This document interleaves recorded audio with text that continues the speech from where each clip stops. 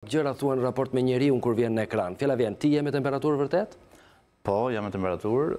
Më pëlqen njerëzit me temperaturë. Me kënaqësi e pranova ftesën tuaj, nuk mund ta digja këtë mandat përfaqësimi. Le ta konsiderojmë këtë një respekt që ti i tregon publikut tënd, i cili padyshim që ka nevojë për analizën tënde. Unë me zgjedhje kam pritur, po të bëjmë një herë pyetjen e parë. Pra, Eles Biberaj bën një përcaktim që po ta kishim bërë edhe e kemi bërë sa kemi plasur. Një pjesë e mirë atyre që nuk mendojnë se ne, thonë, ju keni syzet errta, nuk dini ta lexoni Shqipërinë, e nxini figurën e saj në opinionin ndërkombëtar, pra praktikisht nuk e doni vendin dhe nuk kuptoni dinamikat e reformave dhe të ndryshimeve shumë të mëdha që Shqipëria pra praktikisht na thonë ne nuk merrni vesh nga kjo punë. Si të erdhi ty ky pozicionimi i Biberajt, i Zërit Amerikës, drejtori i departamentit divizionit e Euroazisa i atje, një njeri që fjala i peshon fort. Le themi, qëndrimi i Zërit Biberaj ishte i fort jo për shkak përmbajtjes së tij, sepse siç e thatë ju Adi, qëndrime të njëjta ose të paraafërta mbajnë dhe analistët ose gazetarët tu, po pikërisht për shkak të pozicionit të tij. Si një nga drejtuesit kryesorë të Zërit Amerikës, në këtë rast opinioni i Zërit Biberaj merr një rëndësi të veçantë. Vetëm pak momente më parë, për informacionin tuaj dhe publikut, kryeministri Rama është përgjigjur me një letër vllazërore e quan ai Zërit Biberaj, i cili kritikave të ashpra të profesuesit të Zërit Amerikës i përgjigjet me një refren, po themi, që i thotë ju nuk keni fakte. Ndërkohë që mua si herë më pëlqen një deklaratë ose një qëndrimi një gazetarit CNN-it i cili thotë faktet kanë rëndësi, por më shumë se faktet ka rëndësi e vërteta. Dhe e vërteta është ajo që është shkruar në Zërin Amerikës, punën e gazetarëve të cilën e ka mbrojtur Eles Biberaj. Konkretisht 24 orë pas Zërit Amerikës kanë shkruar se institucionet shtetërore kanë ndihmuar dhe kanë komplotuar për t'i dhënë një firmë fantazëm 30 milionë euro. Dhe ky është një fakt. Kjo është e vërteta dhe ky është një fakt. Dhe kryeministri Rama do të ishte udhës si përgjigje akuzave konkrete të Zërit Amerikës, dhe jo thjesht të zotit Elez si individ. Tjetër, më fal, po si e lexon ti kjo historia e relativizimit dhe e luftës fjalë për fjalë, jo sy më sy, po luftës fjalë për fjalë. Ti thua fjalë të keqe, unë them fjalë të mirë. Ti jep një fakt, unë jap një fakt alternativ. Ti mundohesh që të influencosh publikun, unë e influencoj publikun. Do më thënë, në këtë mes, rezistenca, tani unë e konsideroj Veliaj në një kuptim kryeministrin e vendit, Rama tani është, he was once the future, now is the past. Në deklin, po përdordon një fjalë tuaj. Në një sens, gati nuk mund ta marrësh as fuqi, nuk e ta marrësh as inat në një sens. Po, të shqetëson ty kjo logjika, ti thua unë them? Mua më shqetëson fakti që në këtë vend institucionet e drejtësisë janë të atrofizuara. Pra, nuk kam asnjë shqetësim me gjuhën e kryeministit Rama, madje jam krejt indiferent edhe kur ai etiketon opozitën ose edhe gazetarët, Kazan, Kadri e tjerë. Nuk ka asgjë, është e drejtë e tij në fundit. Shiko, Adi, ne jetojmë në një botë ku presidenti i vendit më të madh në vend, i vendit më të madh në glob, është një yll televizioni, një yll showbizi. Ndërkohë pasardhësit e Romës lashtë, në Itali, në Romë, i qeverisin 2 kryeministra të cilët nuk kanë diplomë universiteti, janë me gjimnaz. Pra, bota ka gjërat të çuditshme që po ndodhin dekadat e fundit. Është momenti populistëve. Prandaj them, në këtë aspekt nuk do kishte asnjë problem me zotin Rama që i përgjigjet zotit Elez, zotit Adi, zotit Erli, nuk ka rëndësi fare për mua dhe nuk duhet fokusohemi tek mënyra se si zoti Rama i thot gjëra ose tenton një Bile unë për hir të vërtetës asnjëherë nuk kam pasur qëllimin të fokusohem tek zoti Rama, unë jam fokusuar gjithmonë tek zotrinjt dhe zonjat shikuese të televizionit. Ne do vazhdojmë të ham sa punin për djathtë, apo do të mundohem të kuptojmë dinamikat e zhvillimit të këtij vendi. Dhe nëse ju jeni jashtëzakonisht të kënaqur, atëherë qofshit të kënaqur në atë vuajtjen e ignorancës që praktikisht kemi, nëse nuk kemi në gjendje të ekzaminojmë. Se tani ngrihet Biberaj dhe thot disa të vërteta, të cilat ne i dim, i shohim së ndërsy, dhe pastaj ti takon ca njerëz që thonë që po shiko se ti nuk di të kuptosh vendin tënd, dhe ti befas në analizën tënde, mund të kesh një kolaps.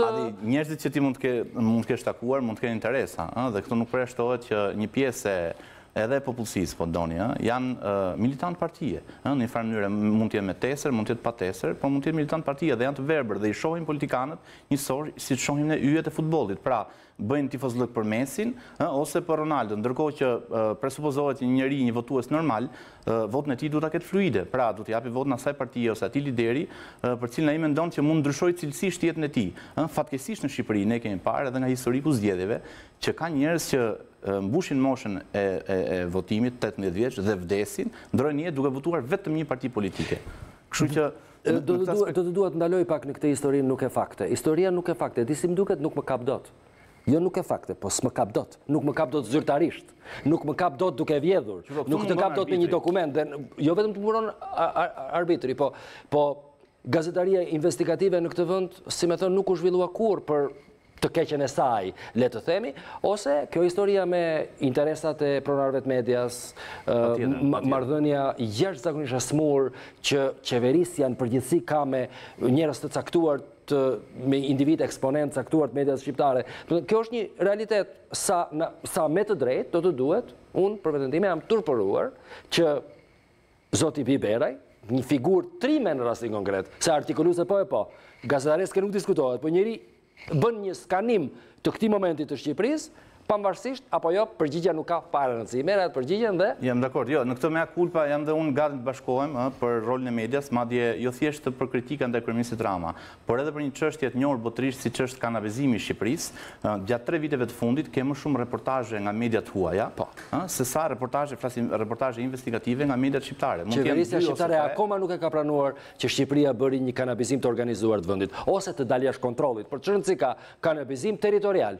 Akoma nuk e ka pranuar. Akoma. Dhe unë do të përsëris që në Shqipëri problemi është që nuk funksionon sistemi drejtësisë. Nëse do të kishim një sistem funksional drejtësie, nuk po them ministri, po të paktën disa zyrtarë të Ministrisë së Energjisë dhe të infrastrukturës do të ishë në burg. Pse? Kemi disa individ që kanë firmosur për t'i dhënë një firme fantazëm 30 milion euro.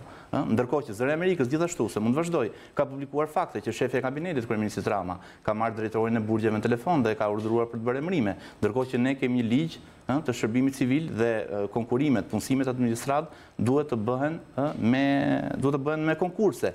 Dhe mund të vazhdoj, sipas të dhënave nga BIRN dhe Zëri i Amerikës vini re përsëri mediat huaja dhe jo shqiptare, vetëm në vitin 2017 3 partitë kryesore politike kanë harxuar $1.7 milion në lobime për te Atlantikut, vetëm për të bërë një foto me Obamën dhe më tej me Donald Trumpit. Tani lind pyetja retorike, këto $1.7 milion ku u gjetën? Pa diskutim që u gjetën fondet janë nga krimi organizuar. Jo thjesht sepse ka thënë 2 vite më parë ishte ambasadori i OSBE-s, i cili tha qarkullojnë 2 miliard euro jashtë bankave, 2 miliard euro nga kanabisi të cilat mund të blejnë zgjedhjet, por ne në fundit e shohim, jo thjesht sepse e thanë habilaj, nëse mbani mend në bisedat me tyre thanë këtyre nuk i dalin as 20 milion euro për fushat elektorale, por ne po e shohim që jetojnë në një vend ku para e pisët bën ligjin dhe jo thjesht bën ligjin, por duket sikur është më shumë në sasi dhe në cilësi se sa para e pastër. Pra më shumë para qarkullon jashtë bankave se sa brenda bankave dhe kjo është një para që vjen nga krimi organizuar, pra nga trafiku i drogës dhe nga korrupsioni. Zëvendës ndihmës sekretari i shtetit Palmer është në Tiranë, ka takuar kryeministrin, takoi kryetarin e opozitës dhe gjithashtu zonjën Kryemadhi.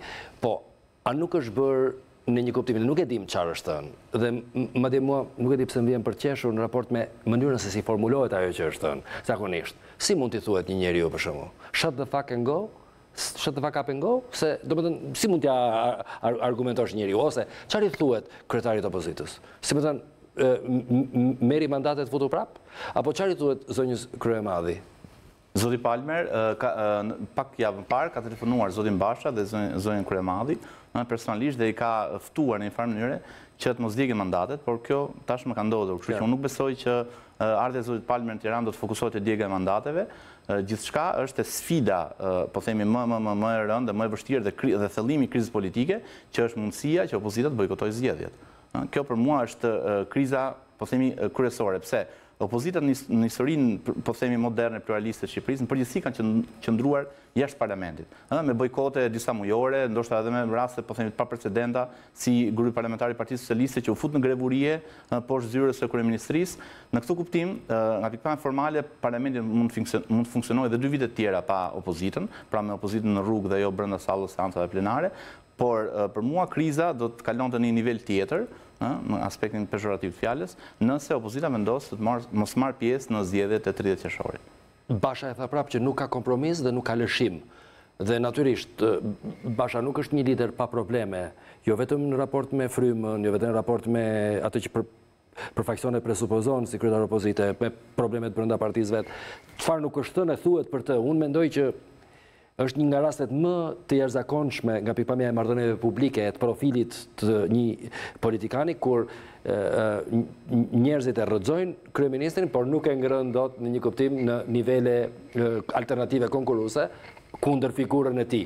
Sipas mendimit dhe analizës tënde, të cilës unë i besoj, ti mendon që opozita do ta luajë tutto per tutto? Do me thënë nuk do hynë në konkurim, qofse nuk ka një krokodil 2, o çfarë e quajnë, dinosaur. Para duhet të përgjigjim atij elementit në pyetjet tuaja ku thanë që duket sikur populli nuk po e ngre liderin e opozitës. Mos harroni që në 7 vitet e fundit janë larguar nga vendi rreth 350.000 shqiptarë. Presupozohet që jo të gjithë ndoshta, por shumica e tyre largohen sepse janë të pakënaqur nga realiteti. Dhe të pafuqishëm për të reaguar. Patjetër, mund t'i quhet edhe dëshpëruar, sepse nuk ka asgjë, njerëzit duhet të lëvizin, të qarkullojnë, të udhësojnë, por nga kurioziteti, jo nga dëshpërimi. Ndërkohë që kjo në vitet e fundit ka ndodhur, madje sot po lexoja edhe një statistikë tjetër, në Kosovë në 4 vitet e fundit janë larguar 150.000 shqiptarë. Pra kemi gjysmë milioni shqiptarë që janë larguar në 6-7 vitet e fundit, po ne sa jemi në këtë rajon, sa jemi? Jemi 5-6 milion, jo më shumë. Nëse vazhdon në këtë ritme, atëherë Ballkani do shpopullohet nga shqiptarët. Kurse për të ardhur tek pyetja juaj, unë besoj që Basha në një farë mënyrë është i detyruar të luajë tutto per tutto. Pra, unë nuk besoj që ai do të hyjë në zgjedhjet e pushtetit vendor pa u larguar dhe pa dhënë dorëheqjen kryeministit Rama. Një skenar që po diskutohet kryesisht korridoret e Partisë Socialiste është ky që Partia Socialiste të hyjë në zgjedhje, të fitojë 61 bashkitë, pra nga pikpamja formale të kemi zgjedhje monopartiake, një garë monopartiake, por më pas, pra më njëherë pas përfundimit të zgjedhjeve vendore, atëherë zoti Rama mund të shpallë zgjedhjet e parakohshme. Këtë ai deri diku edhe e lat kuptohet ose e përmendi, kur tha e vendos unë, jo kur e kërkoni ju zgjedhjet e parakohshme, po vendos unë, kur dua të shkoj në zgjedhjet të parakohshme. Historia moderne dhe jo moderne e politikës shqiptare ka treguar që liderët këtu ne kanë shumë të vështirë ta shkëpusin me nderin nga Koltuku, dhe mua më shkoi mendja tek rasti i javës kaluar i qeverisë Finlandës, e kryeministit Finlandës bashkë me qeverinë, e cila dha dorëheqjen në blok vetëm sepse nuk ishte arritur të kryente reformën në shëndetësi. Pra doli para popullit kryeministi i vendit dhe tha unë nuk e kryeva dot reformën në shëndetësi, prandaj unë largohem. Kështu që nga kjo pikpamje kam shumë vështirë gjej një bilanc pozitiv ose të bëj një bilanc të kësaj qeverie.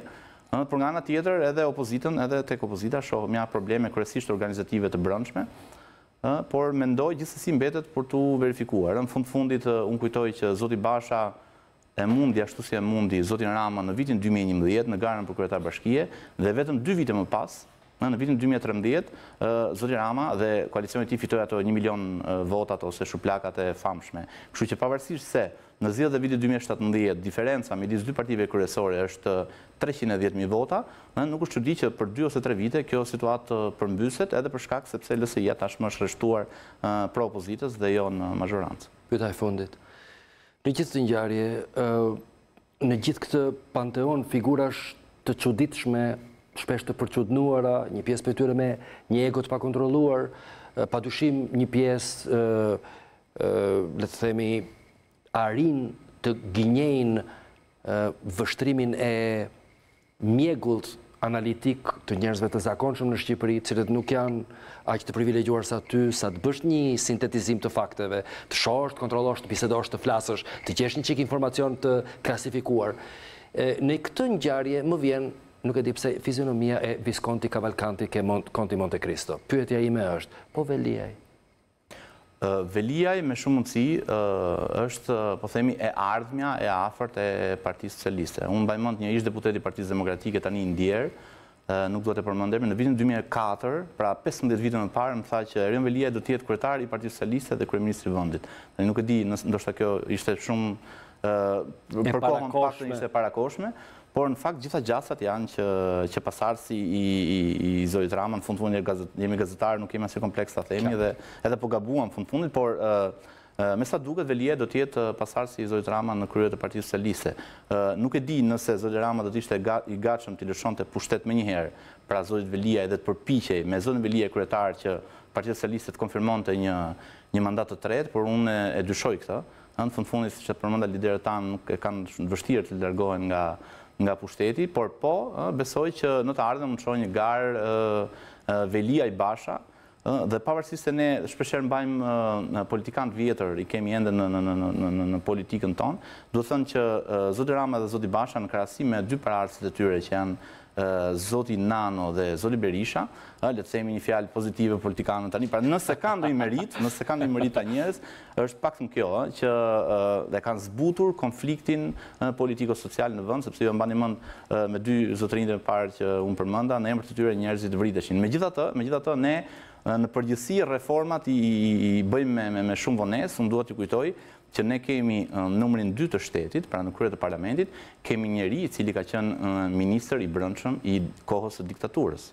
Pra nuk kam asgjë me zotin Rushi personalisht, por unë pyes retorikisht, nuk ka ky vend njerëz të rinj që numri 2 i shtetit, pra duhet të jetë ministri i brendshëm i Ramizalis. Ndërkohë kjo nuk ndodh në asnjë vend të lindjes. Dhe nga ana tjetër, kemi, po themi, një personazh shumë influent, që është Zoti Berisha. Në fundit ai e zgjidhi me që do vi Palmeri, ka ardhur. Ai e zgjidhi krizën e vitit 2017. Hojti erdhi 3 herë në Tiranë, po kriza u zgjidh vetëm kër ai hipi te Aba Center, jo tek selia e Partisë Demokratike.